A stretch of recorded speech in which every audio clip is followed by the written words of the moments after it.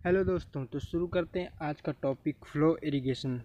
Flow irrigation में जो है हम पानी को फ्री जो है सरफेस पर छोड़ देते हैं और ग्रेविटी के थ्रू वो बहता हुआ खेतों को हमारा इरिगेट कर देता है। फ्लो इरिगेशन के अंतर्गत हम कैनाल के बारे में पढ़ेंगे। कैनाल किस तरह से काम करता है और कितने प्रकार के कैनाल्स होते हैं, कैनाल्स की डिज़ाइन के बारे में बात करेंगे। तो बात करते हैं सबसे पहले इरिगेशन कैनाल।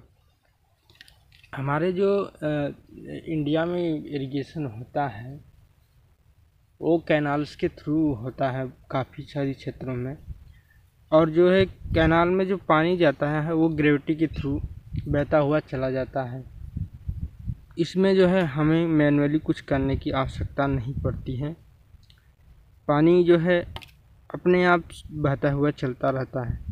अगर कैनाल की क्लासिफिकेशंस की बात करें तो कैनाल का क्लासिफिकेशन हम कुछ सोर्सेज के अकॉर्डिंग कर सकते हैं। जैसे अकॉर्डिंग टू कैनाल के अनुसार अगर हम बात करें तो जो हमारे पेरिनल कैनाल होता है, पहला हमारा पेरिनल कैनाल जो होता है वो हमारा जो जिस कैनाल में हमारा 12 महीने तक पानी रहता है उसे पेरिनल कैनाल बोलते हैं। ये इसमें कभी जो है पानी सूखता नहीं है, हमेशा जब चाहे हम इससे इरिगेट कर सकते हैं इस क्षेत्र को।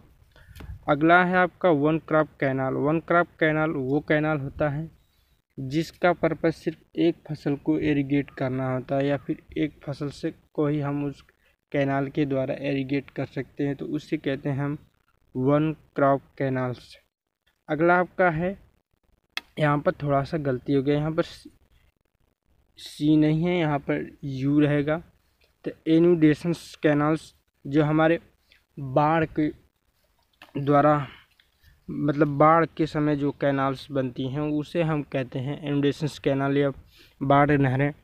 ये नहरें जो है वर्षा ऋतु में ही हमारी रहती हैं, इसे कहते हैं हम बाढ़ नहरें। और अगला बात करें तो अकॉर्डिंग टू फंक्शन के आधार पर बात करें तो जो हम इरिगेशन पर्पज के लिए यूज करते हैं उसे कहते हैं इरिगेशन कैनाल। नेविगेशन कैनाल वो होता है जिसमें हम नाव या फिर जहाज़ों के आवागमन के लिए प्रयोग करते हैं, उसे कह देते हैं नेविगेशन कैनाल। फीडर कैनाल्स होता है जब हम एक छोटी नहर जो है होती है छोटी लंबाई की और वो मेन नहर होती है उसे दो भागों में विभाजित कर देते हैं, तो उन दोनों नहरों को वो जो है नहर पानी देने का कार्य करती है, तो उसे फीडर नहर कहते हैं, फीडर कैनाल्स कहते हैं।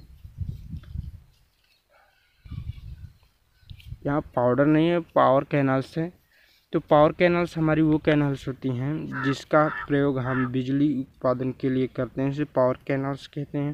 कैरियर कैनाल्स होती हैं जो हमारे नहरों में पानी आखिरी में जहाँ पर ख़त्म होती है, अगर बचा हुआ पानी है तो उसे ले जाकर नदियों में मिला देती हैं, उसे कैरियर कैनाल्स कहते हैं। लिंक कैनाल उसे कहते हैं जब एक नहर दूसरे नहर को पानी देने का कार्य करती है, तो उसे लिंक कैनाल कहते हैं। आगे चलते हैं दोस्तों, तो आगे हमारा आता है फाइनेंशियल एस्पेक्ट। फाइनेंशियल एस्पेक्ट की बात करें तो पहला आता है प्रोडक्ट कैनाल। प्रोडक्ट कैनाल वो होता है जब हम किसी क्षेत्र में जो है किसी फसल को विशेष फसल को तैयार करने के लिए जिस नहर को हम देते हैं, या फिर किसी फैक्ट्री को किसी चीज़ को बनाने के लिए हम जो पानी देते हैं कैनाल के थ्रू, उससे कहते हैं प्रोडक्ट कैनाल। इस कैनाल का मेन मकसद होता है हमें इससे अधिक से अधिक धनराशि को कमाना। और प्रोटेक्टिव कैनाल वो कैनाल होती हैं जहाँ पर हम मुसीबत के समय पानी को पहुँचाया जाता है जिस कैनाल के द्वारा, उसे कहते हैं प्रोटेक्टिव कैनाल्स। आगे चलते हैं दोस्तों, तो अकॉर्डिंग टू अलाइनमेंट के अनुसार भी 3 प्रकार की कैनाल होती है। रिच कैनाल होती हैं जो है वाटर शेड लाइन के अनुसार, जैसे वाटर शेड लाइन हमारा उस क्षेत्र में जैसे जाता है उसके अनुसार अगर जा रही है कोई कैनाल तो उसे कह देते हैं हम रिच कैनाल। रिच कैनाल कहते हैं। इसकी दोनों तरफ जो है ढाल होती है और दोनों तरफ के क्षेत्रों को इरिगेट आसानी से किया जा सकता है। कंटूर कैनाल वो होती हैं जहाँ पर क्षेत्र में जो है काफ़ी विषमताएँ होती हैं और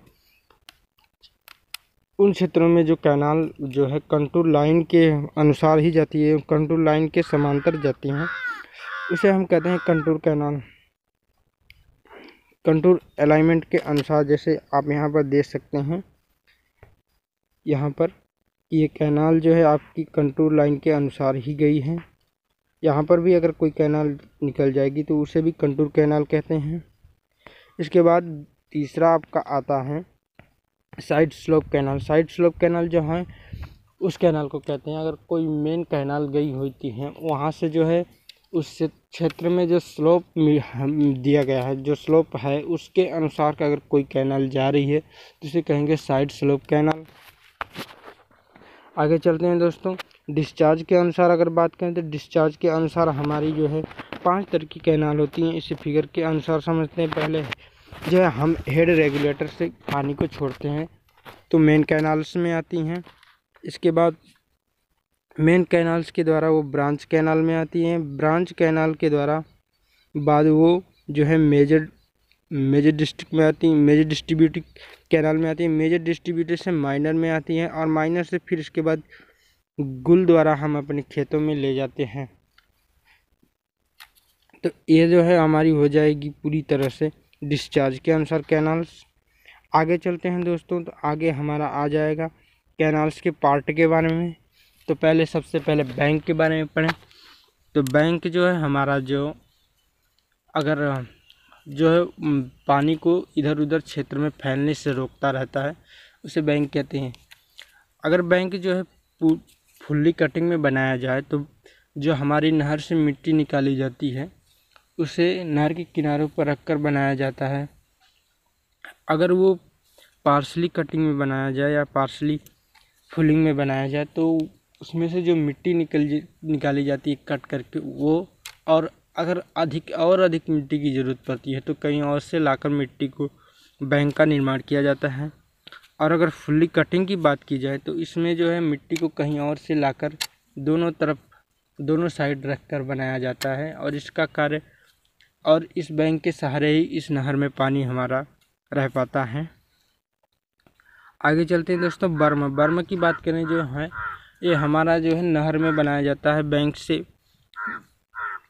बैंक के नीचे होता है जिसका तल थोड़ा सा, अगर नहर में कभी ज़्यादा पानी आ जाता है या फिर नहर को बढ़ाने की आवश्यकता पड़ती है तो इसी बर्म को काटकर हम नहर को बढ़ाया जाता है, नहर की चौड़ाई को बढ़ाया जाता है। आगे चलते हैं दोस्तों। तो आगे हमारा आता है इंपेक्शन रोड। इंपेक्शन रोड जो है हमारा जो है बनाया जाता है बैंक जो हमारे नदी के किनारे मिट्टी निकली हुई है उसके बैंक बनाए हुए उस पर बनाया जा सकता है। डॉवेल की बात करें तो जो इंपेक्शन रोड पर हमारी जो मोटर गाड़ी या फिर हम यातायात के पर्पज़ से उपयोग करते हैं तो नहर में गिरकर दुर्घटना न हो इसके लिए हम डॉवेल बनाते हैं। इसके बाद ड्रेन की बात करें तो जो हमारे नहर में और पानी आ जाता है तो उसे निकालने के लिए हम ड्रेन को बनाते हैं। इसके बाद स्पॉइल बैंक की बात करें जो हम नहर कटिंग में बनाते हैं तो उससे जो मिट्टी निकलती है उससे नहर के किनारों पर रखते जाते हैं। तो जो नहर के किनारों रखने से जो मिट्टी का जो मतलब मिट्टी रखते हैं उसे ही हम स्पॉइल बैंक कहते हैं।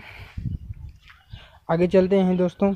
तो हमारा आता है land width of canal. Land width of canal की बात करें तो जो हम नहर बनाने के लिए पूरी ज़मीन, जितनी चौड़ी ज़मीन को हम लोग अधिकार क्षेत्र में लिए हैं, कार्य क्षेत्र में लिए हैं, उसे वो जो हमारा हो जाएगा पूरी लैंड विड्थ ऑफ कैनाल हो जाएगा।